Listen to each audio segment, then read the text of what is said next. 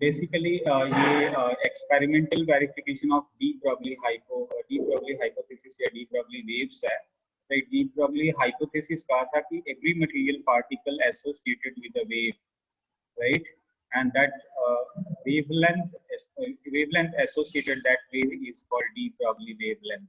That is the de Broglie hypothesis. So is any experimental verification of this hypothesis? Of course there is a experimental verification of this hypothesis that every material particle associated with a wave. And who was the scientist who discovered this experimental verification? Who was the scientist who done experiment for the verification of de Broglie hypothesis? That was Davison and Germer, American physicist थे, right, जिन्होंने इसके बारे में first ये पता किए कि हर एक मटेरियल के साथ एसोसिएटेड जो एक फिजिकल पैरामीटर है दैट इज वेव, राइट। तो इसको हम यहाँ पर ये पैराग्राफ आपको पहले एक्सप्लेन करके बताते हैं कि डेविसन एंड जर्मर एक्सपेरिमेंट से पता चला डी ब्रॉगली हाइपोथेसिस के बारे में, right. The waves associated with the moving electron, हम लोगों ने कहा था कि आइदर कोई पार्टिकल या फिर मटेरियल पार्टिकल उसके साथ अगर वो मूव कर रहा है तो उसके साथ वेव एसोसिएटेड होगा, उसके साथ वेव होगा, right. Suggested by de Broglie were first detected by two American physicists. First one is Davison and second one is Germer in 1972. 1972 में इसका एक्सपेरिमेंटल वेरिफिकेशन के लिए ये दो अमेरिकन फिजिसिस्ट ने इसका वर्क करना start. In fact, Davison and Germer were studying the reflection of electrons from a nickel target. That means nickel crystal target है, nickel crystal पे वो reflection की phenomena की study कर रहे थे, and accidentally subjected the target to such a heat treatment that it was transferred into a large group of crystals, because of which the reflection becomes anomalous. अब ये जो बातें लिखी गई है एनामोलस का मीनिंग कि मैक्सिमा एंड मिनिमा अपीयर्ड, कि जो रिफ्लेक्शन की फिनोमेना वहां पर ऑब्जर्व कर रहे थे तो वहां दूसरी फिनोमेना ऑब्जर्व हुई निकल क्रिस्टल पे, और वहां पर मैक्सिमा और मिनिमा फाइंड आउट हुआ। तो मैक्सिमा मिनिमा तब होती है जब कहीं पर एनर्जी वो सुपर इम्पोज हो रही है, एनर्जी कहीं मर्ज हो रही है, और वो तभी पॉसिबल है जब हम talk about wave nature of light, right, and wave associated with particle, right. They got an idea that this anomalous behavior may be because X-ray diffraction, ये क्यों था, X-ray diffraction की वजह से, suggesting thereby that electrons to behave like waves. जो electron था, एक particle था, वो एक वेव की तरह बिहेव किया। So this was also the hypothesis of de Broglie, that the electron associated with the wave, and that wavelength associated that electron is called de Broglie wavelength. तो इस फैक्ट को verify करने के लिए, to verify this fact, they prepared a target consisting of single crystal of nickel, right. यहाँ पर large group of crystals पे सारा रिफ्लेक्शंस हुए स्टडी करना चाह रहे थे, तो इन्होंने और भी थोड़ा सा उसको ऐसा उनको फील हुआ कि वो कहीं ना कहीं इंटेंसिटी उसके वेव की वजह से इंक्रीज हो रही है और ये डिक्रीज हो रही है, मिनिमा हो रहा है या मैक्सिमा हो रहा है। तो उसको और भी प्रिफर करने के लिए उन्होंने एक सिंगल क्रिस्टल पे ये सारा कुछ एक्सपेरिमेंट किए, और एक्सपेरिमेंटल सेटअप के बारे में यहाँ पर सारा कुछ मेंशन है। तो अब जो हम आगे टास्क करेंगे तो बेसिकली है क्या कि हम लोगों ने एक देखो ये फॉर्मूला यहाँ पर लिख रखे हैं, lambda is equal to 12.27 upon under root V, capital V, that is the potential, right, angstrom में है। यस सर, डेट तो यहाँ पर मॉडर्न में 1927 लिखी है।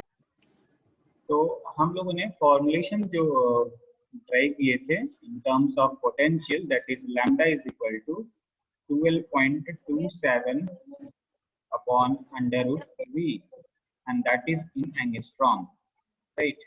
तो हमें ये पता करना है कि this is the experimental, this is the mathematical concept of de Broglie hypothesis, right. Mathematical formulation है de Broglie wavelength का, राइट। किसी भी पार्टिकल के साथ अगर उसको हम एक्सेलरेट कर रहे हैं v पोटेंशियल से, तो उसकी जो वेवलेंथ उसके साथ एसोसिएटेड होगी वो lambda is equal to this much. तो हमें ये प्रूव करना है कि अगर हम उस इलेक्ट्रॉन को कोई पार्टिकुलर पोटेंशियल दे रहे हैं, जैसे एक्सपेरिमेंट में डिस्कस होगा 54 वोल्ट, तो 54 वोल्ट पे लैम्डा की कुछ ना कुछ वैल्यू होगी एंगस्ट्रॉम में, यहाँ पर कुछ ना कुछ वैल्यू होगी, राइट। और इस एक्सपेरिमेंट के थ्रू इस डिफ्रैक्शन, म्यूट रखिए,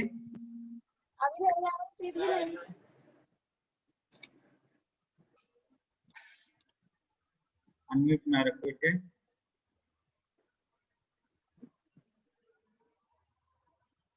ठीक है। तो यहाँ पर इसकी कुछ ना कुछ वैल्यू आएगी जब हम एक पार्टिकुलर वोल्ट पे, और इस एक्सपेरिमेंट से डिफ्रैक्शन के थ्रू जब हम उस पार्टिकल का वेवलेंथ कैलकुलेट करेंगे तो वो आएगा, राइट। तो दोनों को कंपैरिजन करेंगे तो उससे ये एक्सपेरिमेंट वेरीफाई कर सकता है ये थ्योरेटिकल कॉन्सेप्ट को, मैथमेटिकल कॉन्सेप्ट को, एक्सपेरिमेंट कि ये सही है या नहीं है। कोई एक्सपेरिमेंटल प्रूफ होना चाहिए।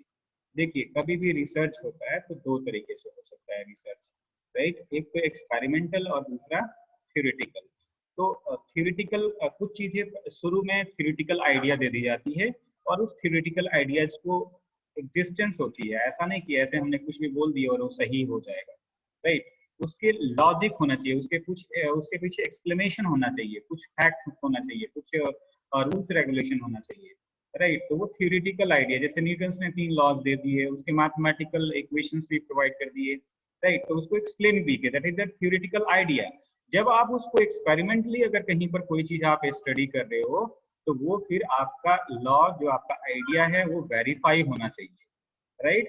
तो यहाँ पर डी ब्रॉगली ने ये तो कॉन्सेप्ट तो प्रोवाइड कर दिए कि every material particle associated with a wave, right, that is called de Broglie wave, right. Is an experimental proof of this idea. तो वो जरूरी नहीं है कि वो डी ब्रॉगली ने ही करना है वो उस रिसर्च को, वो कोई भी ऑल ओवर यूनिवर्स में कोई भी साइंटिस्ट, उसको नेट पे अवेलेबल है, उनका रिसर्च पेपर यूनिवर्सिटी पे अवेलेबल रहता है, उसको चेक करके कि कहाँ पर क्या रिसर्च हो रहा है उस फील्ड में, उस पर वो रिसर्च करके और उसको फिर अपने रिसर्च पेपर के फॉर्म में पब्लिश करेंगे और फिर उसको एक्सपर्ट चेक करेंगे कि हाँ जी ये एक साइंटिस्ट ने ऐसे कहा था, ये एक्सपेरिमेंट बंदे ने किए हैं और इनकी ये मेथोडोलॉजी है और ये प्रीवियस वाले थ्योरी को ये सही प्रूव करता है। कभी कभार क्या होता है कि थ्योरी किसी में नहीं रहता है, वो एक्सपेरिमेंट डिजाइन कर लेते हैं, कई सारे ऐसे भी केसेज है, राइट। जैसे कि मेरा थ्योरेटिकल फिजिक्स में पीएचडी है तो इसलिए मैं बहुत बॉदर कर रहा हूँ और आपको थोड़ा सा एक आइडियोलॉजी यहाँ पर से मिलना है कि वाकई में है क्या आगे इन फ्यूचर, राइट। तो अगर आपने कोई एक्सपेरिमेंट डिजाइन कर दिया, कोई न्यू चीज की डिस्कवरी कर दी है, तो फिर उस पर थ्योरेटिशियन उस फील्ड में जो भी होंगे ऑल ओवर यूनिवर्स में, उस रिसर्च पेपर को आप जो आप काम रिसर्च करोगे एक्सपेरिमेंट, उसको आप as a research paper publish करोगे और फिर आप उसको पब्लिश कर दिए तो ऑल ओवर यूनिवर्स में अवेलेबल है।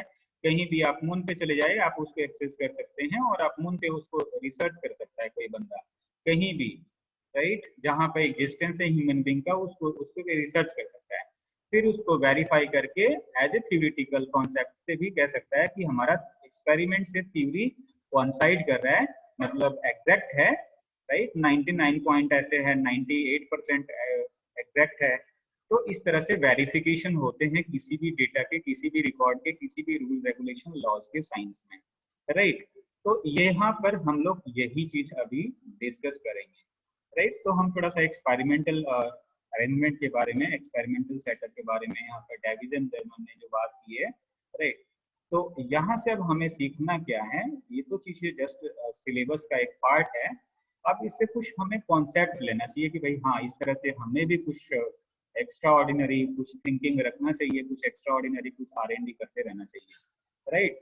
So the experimental arrangement used for the diffraction of electron, क्योंकि ये जो डेविजन जर्मर थे वो क्या कर रहे थे, डिफ्रैक्शन फिनोमिना को, दैट मींस रिफ्लेक्शन को स्टडी कर रहे थे, राइट।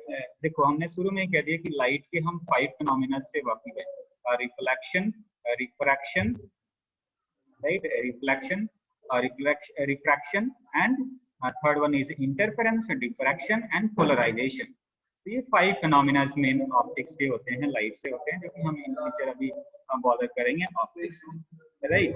तो the experimental is for the diffraction of electron is shown in figure 1.15।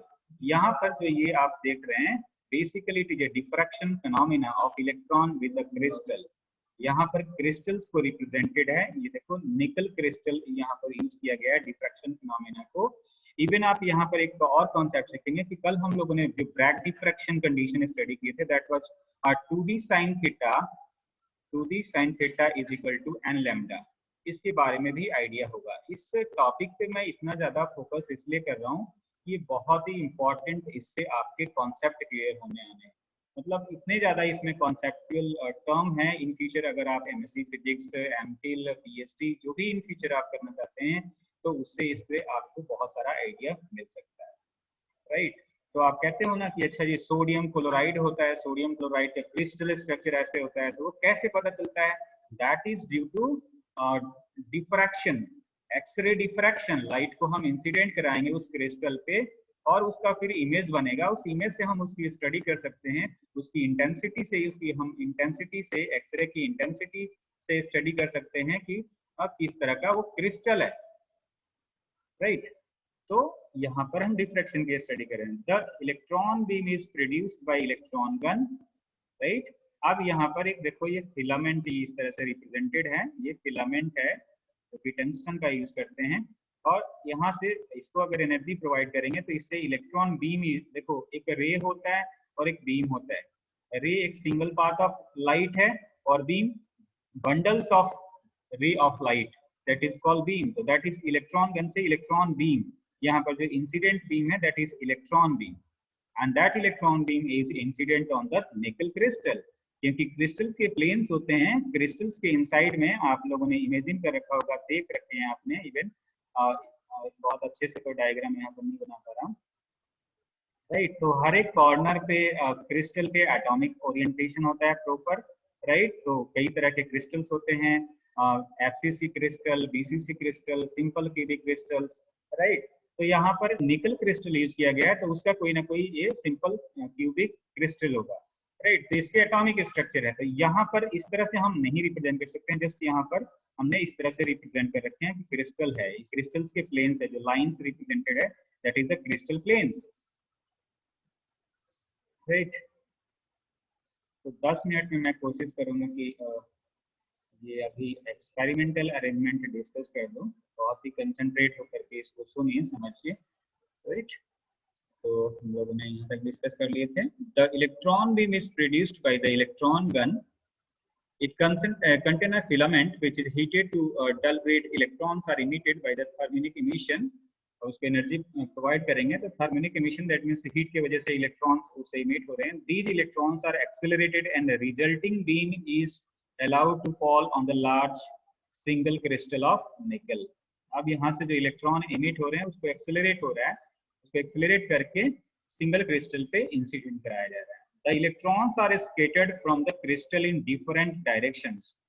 Diffraction तो यही होता है कि किसी शार्प कॉर्नर से शार्प एजेस से लाइट अगर बेंड हो जाए, that is called diffraction. The phenomena of bending of light ray, light beam from a sharp edges, that is called diffraction. So these electrons are accelerated and the resulting beam is allowed to fall on a large single crystal of nickel। The electrons are scattered from the crystal in different direction, the angular distribution being measured by electron detector। क्योंकि सारे directions में electron diffract हो रहे हैं, scattered हो रहे हैं, right. तो उसको हम डिटेक्ट करना पड़ेगा कि क्या उसका स्कैटरिंग एंगल है, राइट। तो ये डिटेक्टर, इलेक्ट्रॉन डिटेक्टर यहाँ पर लगा है, इलेक्ट्रॉन डिटेक्टर से उसको हम फाइंड आउट कर सकते हैं कि उसकी स्कैटरिंग एंगल कितनी है। अब इस इलेक्ट्रॉन डिटेक्टर से जो एंगल यहाँ पर फाइंड आउट किया जा रहा है उसके बीच में ग्राफ प्लॉट कर लिए। The graph is plotted between angle of scattering that is phi, right, angle of scattering that is phi, and the intensity of scattered electron beam. Scattered electron beam का कितना है, ये जो स्कैटरिंग ऑफ ये दिया है 50 डिग्री, राइट, स्कैटर्ड बीम का, and the intensity of scattered electron beam. These graphs are plotted at different accelerating voltage as shown in figure this one। यहाँ पर आप next पेज पे आप देख सकते हैं कि यहाँ पर, इसकी जगह मैं जूम आउट करूँ, कि शुरू में क्या किया गया कि 40 वोल्ट से उस इलेक्ट्रॉन को एक्सेलरेट किया गया, राइट। ये इंसिडेंट बीम का तो इस तरह का नेचर आया, राइट। उसके बाद 44 वोल्ट, फिर 48 वोल्ट, फिर 54 वोल्ट, फिर 60 वोल्ट, राइट। इस सारे वोल्टेज पे चेक किया गया कि क्या है उसका स्कैटरिंग एंगल, और फिर डी ब्रॉगली वेवलेंथ कैलकुलेट किया गया डिफ्रैक्शन ब्रेक डिफ्रैक्शन के कंडीशंस को अप्लाई करके, right. So it is observed that below 44 volt, the curve is smooth, and at 44 volt, a bump begins to appear in the curve. This bump continues to move upward, reaching a pronounced maximum at 54 volt, and phi is equal to, that is phi the scattering angle, that is 50 degree scattering angle, that is phi is equal to 50 degree. Above 54 volts, the bump diminishes with increasing potential and almost vanishes at 68 volt. Thus, the electrons with kinetic energy equal to 54 electron volt were strongly scattered at phi is equal to 50 degree. Overall conclusion जो आपने next page पे diagram देखे, जो graph देखे, उसमें different voltage पे हमने study किए। तो जो इलेक्ट्रॉन की काइनेटिक एनर्जी है वो किसके इक्विवेलेंट है, 54 वोल्ट पे, और स्कैटरिंग एंगल 50 पे। वो बहुत ही एक्चुअल में उसका रिप्रेजेंटेशन हुआ, जो नेचर था वो प्रॉपर रहा, राइट। क्योंकि यहाँ पर एक्सप्लेनेशन में मेंशन्ड है, the prominent peak intensity at 54 volts and 50 degree may be interpreted as being due to the constructive interference of the electron's wave after being diffracted by the target in the same ways as X-rays are diffracted by break diffraction from a regularly spaced atoms of the nickel crystal। देखो इतनी सारी इसमें physics बता दिया। Constructive interference, diffracted electron जो कि उसके दो वेव्स हैं वो किसी पार्टिकुलर लोकेशन पे कंस्ट्रक्टिव इंटरफेरेंस होगा। दैट मींस इंटरफेरेंस से क्या होता है, interference is the phenomena of redistribution of energy. जो इलेक्ट्रॉन्स डिस्ट्रीब्यूट स्कैटर्ड हो रहे हैं उनके साथ वेव है, राइट। तो ये वेव किसी ना पार्टिकुलर लोकेशन पे अगर उनको ऑब्जर्व किया जाए तो वो जा करके इंटरफियर हो जा रहा है। इंटरफियर का मतलब कि वो उसकी एनर्जी रीडिस्ट्रीब्यूट हो जा रही है। कंस्ट्रक्टिव, दो तरह के इंटरफेरेंस होता है जो कि आपने प्रीवियस क्लासेज में पढ़ रखे हैं, constructive interference and destructive interference. जहां पर इंटेंसिटी इंक्रीज होती है दैट मींस की कंस्ट्रक्टिव इंटरफेरेंस, इंटेंसिटी मिनिमम होती है दैट मींस की डिस्ट्रक्टिव इंटरफेरेंस, राइट। तो जिस तरह से एक्सरे का जो डिफ्रैक्शन हुआ था ब्रेक डिफ्रैक्शन कंडीशन से, उसी रूल को इसमें भी इलेक्ट्रॉन ने भी फॉलो किया। तो Bragg diffraction condition, Bragg's law से maxima in the diffraction pattern, ये ब्रेक डिफ्रैक्शन कंडीशन मैक्सिमा का n 2d sin theta is equal to n lambda, that is the break diffraction condition, right। तो ये data अगर हम देखो यहाँ पर अलग से, यहाँ पर एक 65 degree d is equal to 65 degree के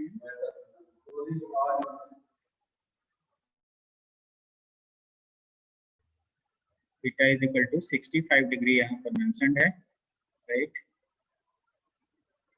तो थीटा की वैल्यू 65 डिग्री।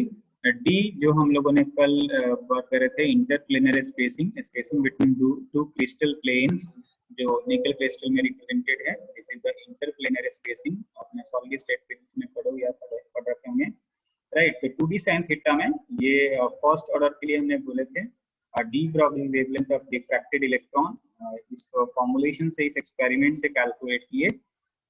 तो 2 और डी की वैल्यू 9.1 sin 65 डिग्री, राइट। तो sin 65 डिग्री की कल एक न्यूमेरिकल में हमने वैल्यू भी रखे थे 0.9063, राइट। तो ये वैल्यू आ गई 1.65 एंगस्ट्रॉम, राइट। अब ये तो स्कैटरिंग एंगल से हमने कैलकुलेट कर लिया 65 डिग्री पे, राइट। तो यहाँ पर अब हम उसको एक जो एक्सेलरेटेड वोल्टेज प्रोवाइड करें that was 54 volt, right. 54 volt पे ये बिल्कुल सही रिप्रेजेंटेशन रिप्रेजेंट कर रहे हैं, जैसे कि यहाँ पर देख सकते हैं, राइट। ये वाली बाकी वाले में प्रॉपर नहीं है, राइट। तो 54 वोल्ट अगर हम रखें तो यहाँ पर डी ब्रॉगली वेवलेंथ यानी कि V की वैल्यू 54 यहाँ पर सब्स्टिट्यूट कर दिया जाए तो जो लैम्डा की वैल्यू आएगी दैट इज 1.67, राइट। तो यहाँ पर देखो एक एक्सपेरिमेंट से 1.65, राइट, उसमें डिफ्रैक्शन वाले एक्सपेरिमेंट से आ रहा है लैम्डा की वैल्यू, और जो डी ब्रॉगली ने मैथमेटिक्स फॉर्मूला जो ड्राइव किए थे पोटेंशियल के टर्म में, उससे 54 वोल्ट पे इसी डेटा से हमने जो कैलकुलेट किए दैट इज 1.67। तो इसमें डिफरेंस कितना है, 0.02 का डिफरेंस है, right. That is acceptable. Decimal के सेकंड डिजिट पे एंगस्ट्रॉम इतना का डिफरेंस है। तो इन रिजल्ट से हम क्या कह सकते हैं कि the two results are in excellent agreement which each other. Hence, Davison-Germer experiments provides direct verification of de Broglie hypothesis of wave nature of moving particles.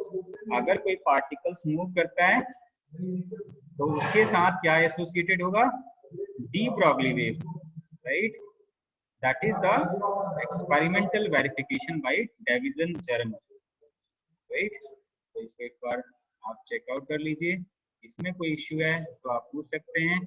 अभी नेक्स्ट क्लास, अभी मतलब इमीडिएटली क्लास ओवर होता है तो आप इसको connect कर सकते हैं दोबारा।